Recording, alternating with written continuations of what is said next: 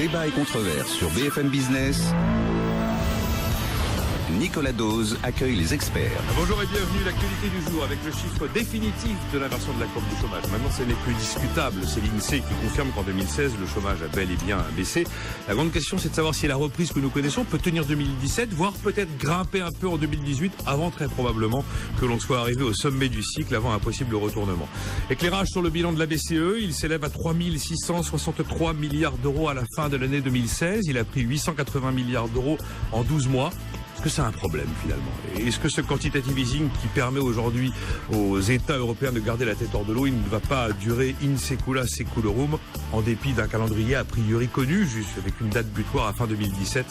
On en parlera. Et puis, signal d'alarme de Michel Pébreau sur la dette de la France. Là, c'est pareil finalement, on s'endette à bon compte et notre dette part un peu comme des places pour un concert des Stones. C'est ce qu'il faut s'inquiéter, que notre dette soit arrivée à 2160 milliards, tandis qu'en 2005, le même Pébreau écrivait déjà à peu près les mêmes choses alors qu'on était à 1000 milliards.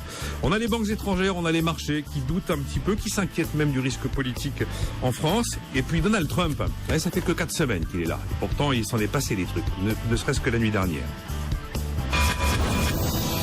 Alexis Karklins, bonjour. Bonjour Nicolas. Associé Date Advisory, auteur de l'histoire impertinente de la pensée économique d'Aristote à Jean Tirole chez Ellipse. Jean-Pierre Petit, bonjour. Bonjour. Président des Cahiers Verts de l'économie, organisme de conseil en stratégie d'investissement. Et Xavier Lépine, bonjour. Bonjour. Président du directoire de la française AM pour Asset Management.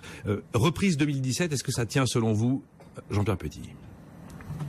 En France ou... Oui, en France. Est-ce qu'on va réussir à peut-être faire le 1.4, 1.5 contre 1.2? Oui, c'est possible. Les chiffres du T4 sont pas trop mal. Et donc, on a un acquis plutôt favorable. Alors, donc, sur la moyenne annuelle, effectivement, on devrait faire un peu plus de 1. Sachant que le PIB mondial, cette année, en parité de pouvoir d'achat, compte tenu de l'acquis, et si on est dans un scénario médian, on va dire, il n'y a pas de choc majeur, etc., on gagne en croissance réelle 0,5 à 0,6 points.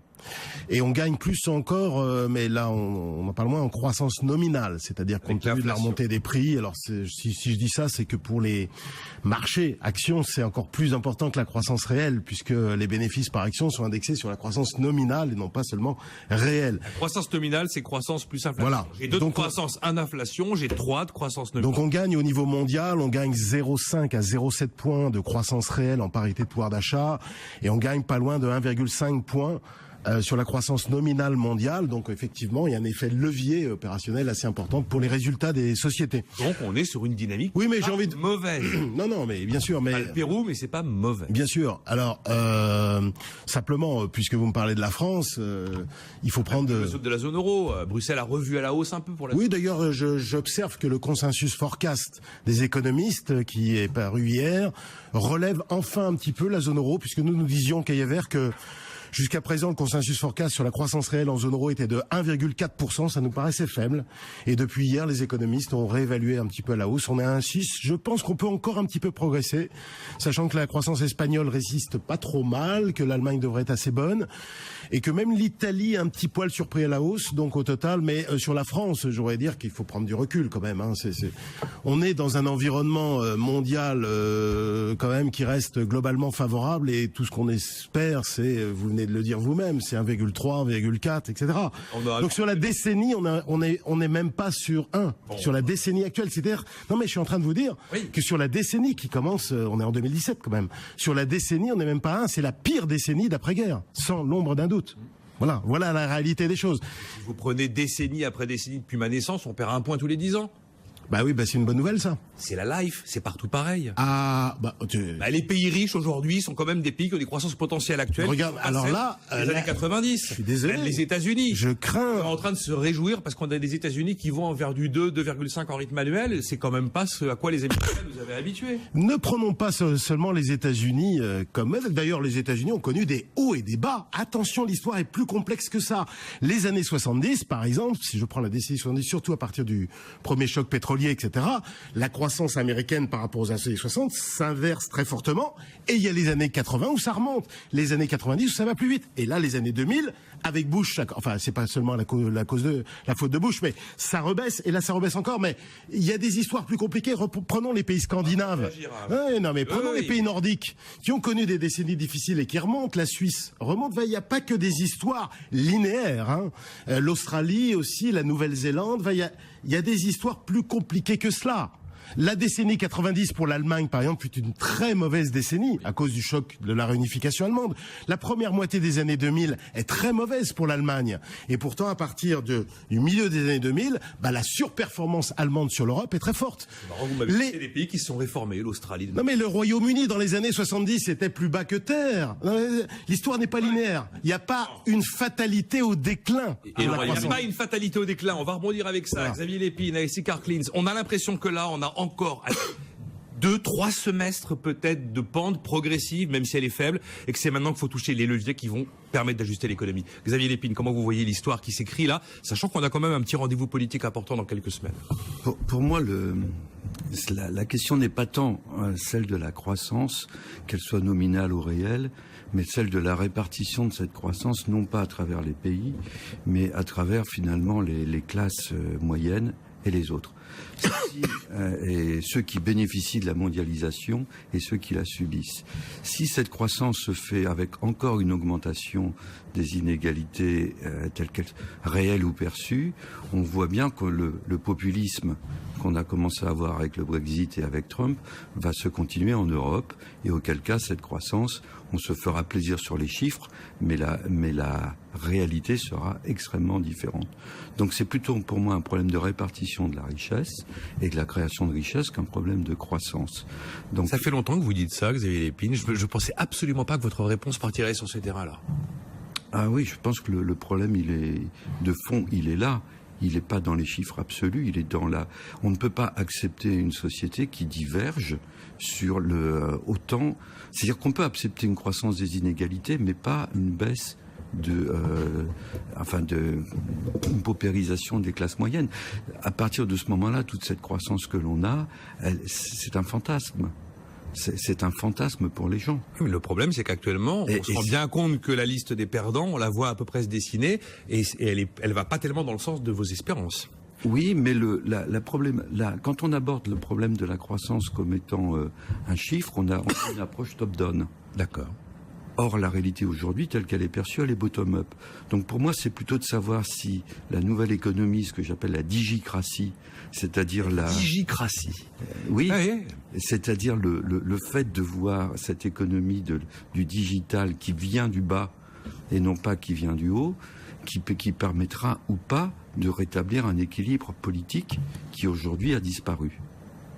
Ouais, alors après, c'est un constat. Maintenant, il faut savoir si on a des outils sous la main pour réaliser cette redistribution, parce que c'est la question de la redistribution que vous évoquez.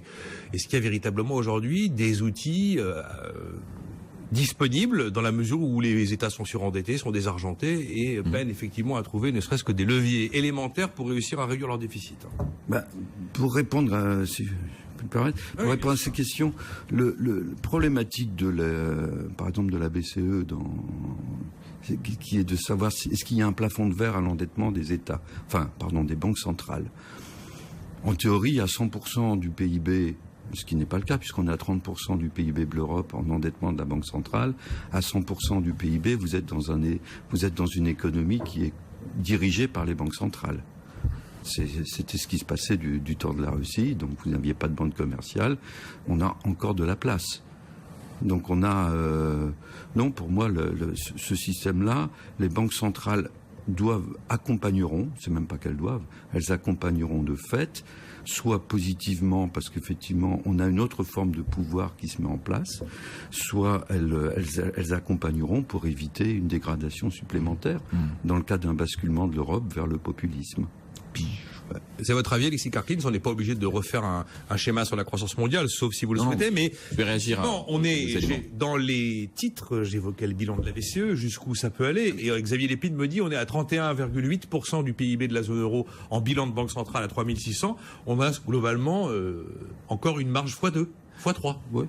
Ouais. Il y en a plus que ça. Le Japon est plus élevé que ça. Donc, il n'y a pas de règle.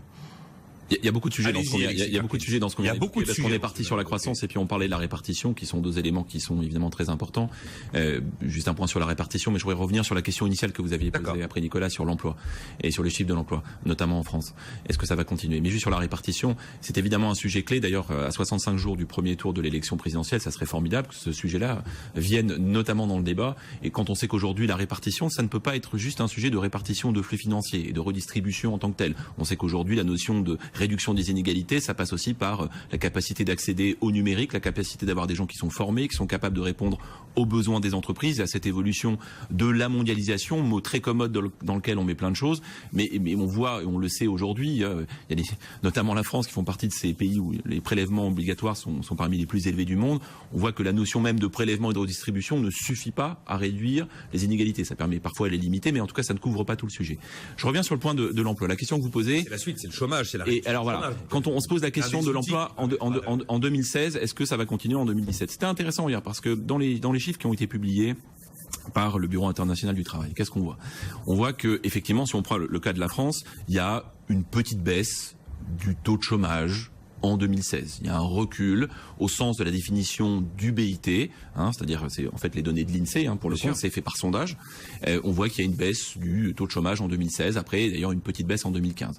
Alors, dans le principe, il faut relativiser ça parce qu'on est au niveau de la zone euro en termes de taux de chômage et on a plutôt d'ailleurs moins baissé que d'autres pays de la zone euro. C'est vrai, oui. On peut regarder un côté plutôt positif si on prend le verre, alors pas à moitié plein, mais en tout cas avec quelques informations positives, c'est que avec une croissance de 1,1% en 2016, la France a créé 200 000 emplois privés en net. Donc on est en train de se dire, rappelez-vous, on vient d'une époque où on disait en dessous de 1,5 c'est impossible, même à 2%. 1,5 le seuil de recréation d'emploi, et là avec 1% on arrive à créer de l'emploi privé. Donc ça montre que avec certaines mesures, et on parle notamment de l'allègement des charges, on arrive quand même à créer un peu d'emplois privés, même avec une croissance. Donc des emplois aidés, avec des gens en formation, avec des quantités. Et des emplois privés. Il y a un peu artificiel pour certains. Peut-être, mais on voit qu'on arrive à 1%. Donc ça, c'est plutôt un élément positif. Je crois que si, en revanche, on prend, et moi c'est plutôt ça que je retiens, c'est que si on prend l'élément plus négatif, c'est qu'en 5 ans, et il se trouve que c'est un quinquennat, mais je veux dire, avant c'était pas forcément mieux, je suis pas là pour donner des bons points et des mauvais points, il y a une réalité. On a commencé, en 2012, nous étions à 2,8 millions de chômeurs au sens BIT. On finit en 2017 à 2,8 millions de chômeurs. Voilà, donc le chiffre n'a pas bougé. Certes, la population active a progressé. Bien la rappeler, voilà. Tout à fait. Au sens BIT, si vous prenez Pôle emploi, c'est 600 000. Et donc il y a on est sur une stabilité, mais quand même, il y a l'autre chiffre qui est donné par le BIT, qui s'appelle l'halo autour du chômage. Oui. Et l'halo autour du chômage, c'est quoi? Ce sont des gens qui ne sont pas considérés comme des chômeurs, mais qui sont considérés comme des gens qui potentiellement pourraient être sur le marché du travail, qui ont arrêté de chercher de l'emploi. Et là, ce chiffre-là, lui, a progressé de 200 000 personnes. C'est-à-dire qu'on est passé de 1,3 million à 1,5 million. Au-delà des chiffres, ce qu'on voit, c'est que on sort d'une période d'un incroyable gâchis, au moins depuis 3 ans. On a parlé sur ces antennes dizaines de fois de l'alignement des planètes, de ces taux d'intérêt bas, d'un euro qui a baissé, d'un cours du pétrole qui a baissé, avec objectivement une conjoncture économique qui aurait dû... une banque centrale européenne qui était à la manœuvre. Avec des taux d'intérêt bas, on vient de le dire, avec des taux d'intérêt qui sont extraordinairement bas, avec un tel alignement, une performance aussi médiocre, franchement, c'est quand même très décevant. Et donc, je veux pas plomber ce qu'on est en train de se dire, mais il y a une réalité, c'est qu'on vient de gâcher un paquet d'années et on n'a pas de quoi être fier, surtout qu'on continue de dire c'est la crise, et Jean-Pierre Putel l'a rappelé, non. Ce n'est pas la crise au niveau mondial. Nous sommes à des taux de croissance nominaux supérieurs à 3% encore en 2016. Ça va être encore le cas en 2017, sauf crash majeur. Donc non, nous ne sommes pas dans un contexte de crise. La France a gâché toutes ses munitions depuis quelques années. Je reviens donc avec juste un petit point sur la. Je reviens après sur la Banque centrale européenne et ce qu'a dit Xavier. Sur la redistribution, je voudrais juste dire que depuis 30 ans, la France est l'un des pays où les inégalités ont le moins progressé. La France, oui. Et où les dépenses publiques et ce que pensent les gens et le ressenti. Non, mais les dépenses publiques et les dépenses sociales ont le plus progressé. D'ailleurs, nous battons tous les records dans ce domaine. Donc la France est un pays de redistribution en grande partie. Vous aviez même déjà dit un jour un pays de socialisation. Oui, c'est un pays socialiste, la France. Voilà, donc il faut bien le dire. Dans l'esprit d'ailleurs général. D'ailleurs, on le voit très bien. J'étudiais l'autre jour parce que le programme du Front National, les 144 propositions. Oui, je les ai aussi. Et on est parfaitement encore dans cette logique. Je dis pas que c'est une formation socialiste au sens du Parti socialiste français ou de la tradition socialiste française qui remonte à la fin du 19e siècle, mais on est tout à fait dans ce mode de résorption des problèmes par la dépense, par la régulation, etc. Le planisme, etc. Donc on est tout à fait encore là-dedans. Je voudrais juste aussi développer, puisque c'est pas la croissance, je suis d'accord, d'ailleurs c'est pas que la croissance qui compte, etc. Je vais juste vous donner d'autres indications sur quand même la dynamique française. Depuis 10 ans, nous avons perdu 2 points de part de marché dans les exportations mondiales de biens manufacturés. C'est l'un des talons d'Achille, oui. Regardez le déficit extérieur absolument gigantesque qu'on a eu en dépit d'une croissance plus faible. Avant, on disait quand on a une croissance plus faible, au moins on va gagner. Ben non, là, maintenant, c'est l'inverse. Voilà. Donc, vous voyez que les problèmes de fond de la sous-compétitivité française au sens de l'offre compétitive, c'est-à-dire la compétitivité structurelle, non pas de la compétitivité prix. Parce qu'au contraire, là, Mario Draghi nous a plutôt relativement bien aidés.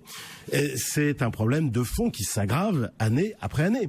Et tous ces programmes de relance de la demande dont on nous parle à travers les programmes chez Le Pen, chez Hamon, chez Mélenchon, etc., ça n'aboutirait qu'à, évidemment, l'espérance de gain en termes de croissance ne serait probablement jamais aussi faible aujourd'hui compte tenu de notre faiblesse de compétitivité. Vous nous disiez la seule chose qui nous fera bouger, c'est soit un choc avec l'Allemagne, soit un choc de marché, soit un choc politique avec effectivement une élection. La rue, les marchés et la politique, oui, absolument. Et les trois peuvent venir ensemble. Xavier Lépine, vous vouliez réagir ? Oui, 2 points. Le premier point, c'est la globalisation, la mondialisation, mais énormément de choses derrière. C'est vraiment le mot valise par excellence. C'est ce que disait Alexis, oui. Mais il y a quand même eu 2 phases. Il y a eu une phase où finalement tout le monde entier a bénéficié de la globalisation. C'était la phase d'équipement des pays émergents où on était absolument ravis d'exporter nos usines clés en main, nos équipements, etc., etc. Et puis il y a eu la deuxième phase qui, elle, effectivement, où ce qui a été construit dans ces pays est venu concurrencer et on en est effectivement nos pays développés. Donc ça, c'est vraiment 2 phases qui n'ont rien à voir. Et pour moi, aujourd'hui, même si la répartition, effectivement, en France est particulièrement importante, c'est pas le problème de la répartition, c'est le problème, c'est pas la croissance des inégalités, c'est la paupérisation des classes moyennes.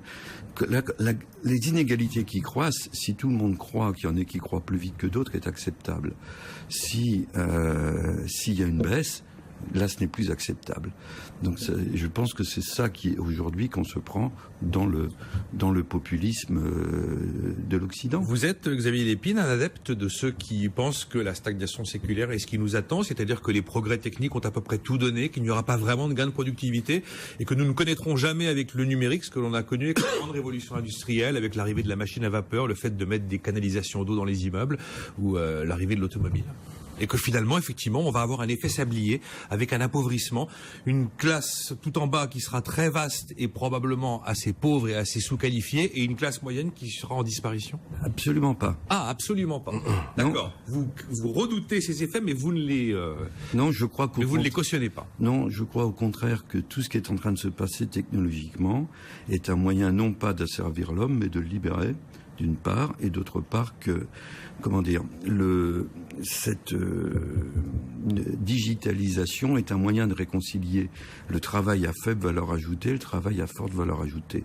Aujourd'hui, dans le prix de ce qu'on consomme, pratiquement, il y a plus de travail, il y a très très peu de travail à faible valeur ajoutée.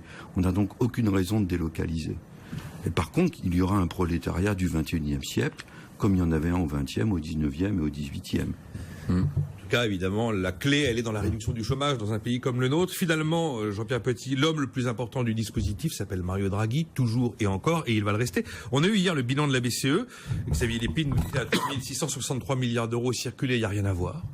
880 milliards d'euros de plus en 12 mois, hein, et cet homme, il est payé 390 000 euros. C'est pas le Pérou quand même, compte tenu de ce qu'il fait. Donc vous pensez que d'abord le bilan n'est pas un problème et qu'il peut aller encore beaucoup plus loin et que ça va encore durer parce qu'il n'y a pas d'autre solution. Ça fait pas mal de temps que je vous dis ça, hein, Nicolas. Et en plus, le bilan de la Banque Centrale Européenne vient de rejoindre à peine celui des États-Unis et encore un petit peu en dessous du Royaume-Uni et à des années-lumière du Japon. D'ailleurs, pourquoi le Japon est aussi élevé ? Parce qu'il a 20 ans de retard. Voilà. Et la BCE ne paye que le retard. de sa gestion catastrophiste, il faut quand même bien le dire, des années. La BCE est globalement en train de faire quelque chose qui s'apparente à peu près à ceux qui pensent que finalement les banques centrales paieront, ça n'a aucun souci. Oui, alors ça, c'est les effets pervers non, mais entre les effets, c'est un petit peu de la monétisation de dette. Enfin, entre les effets pervers de la monétisation de la dette, avons le mot de la socialisation de la dette, comme on le faisait dans les pays socialistes. Les jeunes générations se souviennent pas de ça parce que le 9 novembre 89, ça commence à être un peu loin. Mais je rappelle souvent que dans les économies dites centralisées d'Europe de l'Est, les entreprises, les combinats industriels de RDA, par exemple, étaient grevés de dettes. Par exemple, des dettes qu'elles ne payaient jamais. Alors, parce que les patrons de combinats n'étaient pas du tout jugés sur la rentabilité, évidemment, de leurs entreprises. Ils étaient jugés sur le respect quantitatif des objectifs du plan. Alors, la dette, qu'est-ce qu'elle devenait? Il y a des candidats actuellement qui sont d'accord avec ce que vous dites et qui le souhaitent. Oui, attends, mais je vais finir d'expliquer comme ça. Et d'ailleurs, ces candidats peut-être rêvent un petit peu de ce système, pas tous, mais un certain nombre. Parce que finalement, la dette était quand même réglée par ce qu'on appelait à l'époque les instituts d'émission de ces trucs là. Et alors, il y avait un gonflement inexorable de la masse monétaire. Alors les gens me disent, mais alors, il y avait de l'inflation.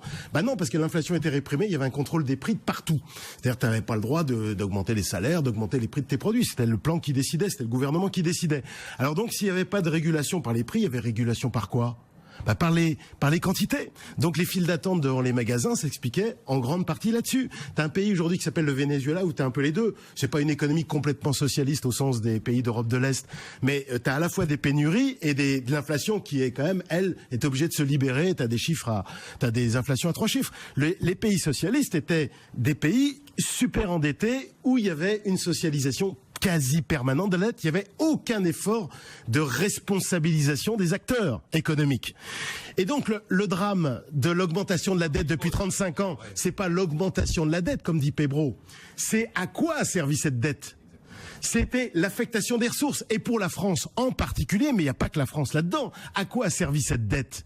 La dette privée aussi, quand on se réjouit des bulles immobilières, hein, comme c'est le cas en France notamment. Mais au niveau public, ça a servi principalement aux dépenses d'investissement public, à l'éducation, à la formation. Non, ça a servi aux dépenses courantes et aux dépenses de protection sociale, c'est-à-dire aux dépenses de consommation. C'est pour ça que nous déclinons. La personne qui nous écoute et qui se dit « Ah oui, je vois bien ce que me décrit Jean-Pierre Petit sur l'effet effectivement de la socialisation totale de l'économie dans les pays d'Europe de l'Est. » Oui, mais en même temps, Jean-Pierre Petit est en train de m'expliquer que la BCE, elle a peut-être encore 6 000 milliards sous le pied et qu'elle va s'occuper de moi. Parce qu'elle n'a pas le choix. Elle paiera. Le problème, c'est qu'elle n'a pas le choix. Justement, mais il va bien falloir qu'on Elle dit implicitement et parfois explicitement au gouvernement, faites des choses mieux. D'ailleurs, l'Allemagne ou les pays scandinaves, la Suisse, font des choses pas mal. Ils font partie de l'économie de bulle aussi. Hein, on est bien d'accord. La dette a aussi augmenté chez eux. Mais il y a quand même une affectation des ressources plus favorable. L'Australie on marque une pause. On a souvent dit tant pis l'Allemagne paiera. Maintenant c'est tant pis la BCE paiera. Enfin on va en parler dans un instant. Sauf que la BCE peut exploser aussi. Hein, attention, dans politique monétaire il y a politique. N'oublie jamais. La BCE peut-elle exploser? Autre question.